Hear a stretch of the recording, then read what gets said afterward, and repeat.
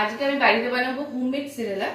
আমার 9 মান্থের বেবি আছে, তো তার জন্য সেরেলাক আমি বাড়িতেই বানাবো। আমি বাজার থেকে না কিনে আনি সেরেলাক, কিন্তু আমার মনে হয় বাড়িতে ভালোভাবে বানানো সেটাই ভালো। আর তোমাদের যাদের হচ্ছে বেবি আছে, আমরা যখন 6 মান্থ হয়, যখন বেবিদের অন্নপ্রাশন হয়ে যায়, তো তখন থেকে আমরা সেরেলাক দেওয়া দিই। আর আমি তো বাইরে থেকে কিনতাম, কিন্তু বাইরে থেকে আমার মনে হয় বাইরে থেকে না কিনে আমার মনে হয় বাড়িতে বানিয়ে নেওয়া সেটা বেশি ভালো। আর ওর মধ্যে অনেক কিছু দেওয়াও যায়। তো আমি আজকে সেরেলাক বানাচ্ছি, ভাবলাম তোমাদের সাথে শেয়ার করি। এবার আমি এই সেরেলাকে কি কি দিচ্ছি সেটাই আমি আগে দেখাচ্ছি। মাখানা দিচ্ছি, আমি এগুলো কালকে কিনে রেখেছিলাম। মাখানা দিচ্ছি, আমন্ড দিচ্ছি, এখানে কাজু কাজু দিচ্ছি, আর দিচ্ছি গোবিন্দভোগ চাল দেবো, বেশি দেবো না। গোবিন্দভোগ চালে বলে বাচ্চাদের ওয়েট গেইন হয়, তো আমি আর বেশি দিলে আবার বাচ্চাদের পেট খারাপ হয়, তো বেশি দেবো না। আমি অল্প দেবো গোবিন্দভোগ চাল, মুড়ি, আর দেবো ছোলার ডাল। হ্যাঁ, ছোলার ডাল। তো এইগুলো দিয়ে আমি সেরেলাকটা তৈরি করবো।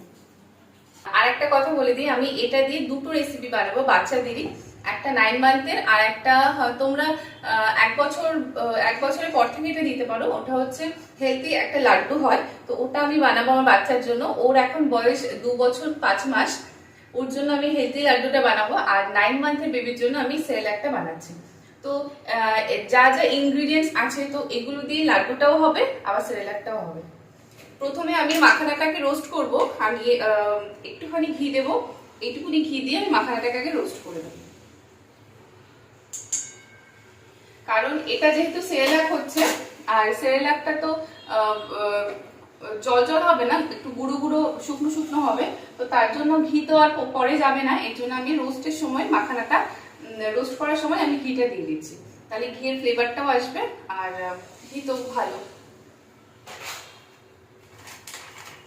আর এখানে 100 গ্রাম মাখানা আছে, আমি পুরো মাখানাটাই রোস্ট করছি, কারণ যেহেতু আমি দুটো রেসিপি বানাবো, তাই আমি পুরো মাখানাটাই রোস্ট করে নিচ্ছি।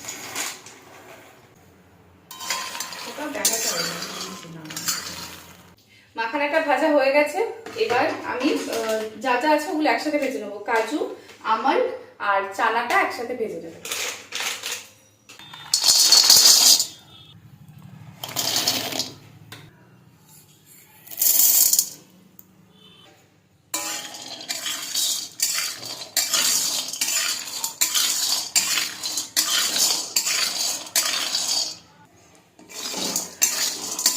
আমন্ড, কাজু এগুলো ভাজা হয়ে গেছে। এবার আমি এর মধ্যে মুড়িটা আর গোবিন্দভোগ চালটা দিয়ে দেব।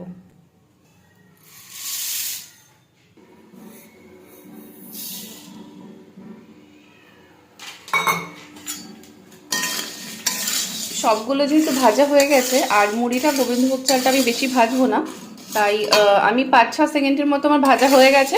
এবার এগুলোকে পুরোটা নামিয়ে দেবো। সেরেলাক বানানো হয়ে গেছে। এবার এটাকে আমি স্টোর করে 7-8 দিন রেখে দেবো। আর আমি এইটুকুনি রেখে দিয়েছি, আর এইটুকুনি বাকি আছে। এবার এটা যেহেতু গুঁড়ো, এটা যেহেতু ড্রাই, এবার এটার মধ্যে কিছু মেশাতে হবে, আর এটাকে মিষ্টিও বানাতে হবে, না হলে তো বাচ্চারা খাবে না। তার জন্য আমি এখানে খেজুর নিয়েছি, খেজুরটাকে আমি পেস্ট করে নিয়েছি। আমি এটার মধ্যে খেজুর দেব, কিন্তু আমার মনে হয় না খেজুরে পুরোটা বাইন্ড হবে, তো আরেকটু মিষ্টির জন্য আমি এর মধ্যে গুড় ইউজ করব। যেহেতু বাচ্চাদের চিনি বা মধু কিছুই দেব না, তাই আমি গুড় আর খেজুরটাকে দিয়ে আমি মিষ্টি বানাবো।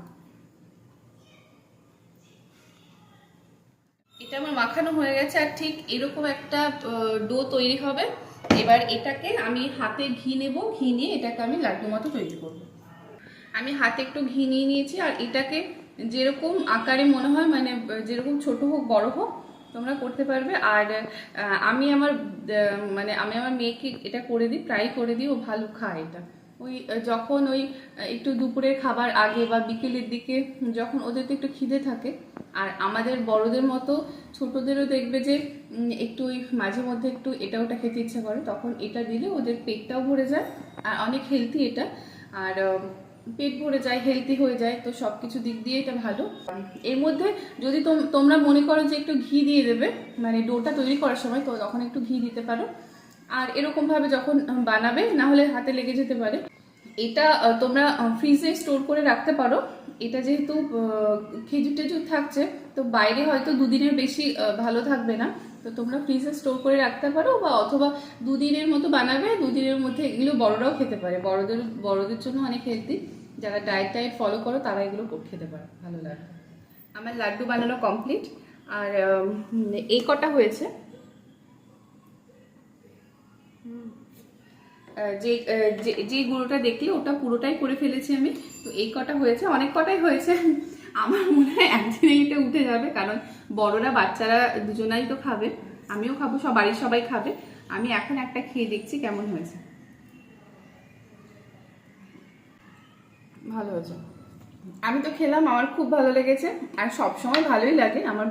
আমার মেয়েরও খুব ভালো লাগে, ওকে একটা দিলে তো বলে মা আর একটা দাও। তো ভালো হয়েছে, তোমরা এটা ট্রাই করে দেখতে পারো, আশা করি তোমাদের ভালো লাগবে।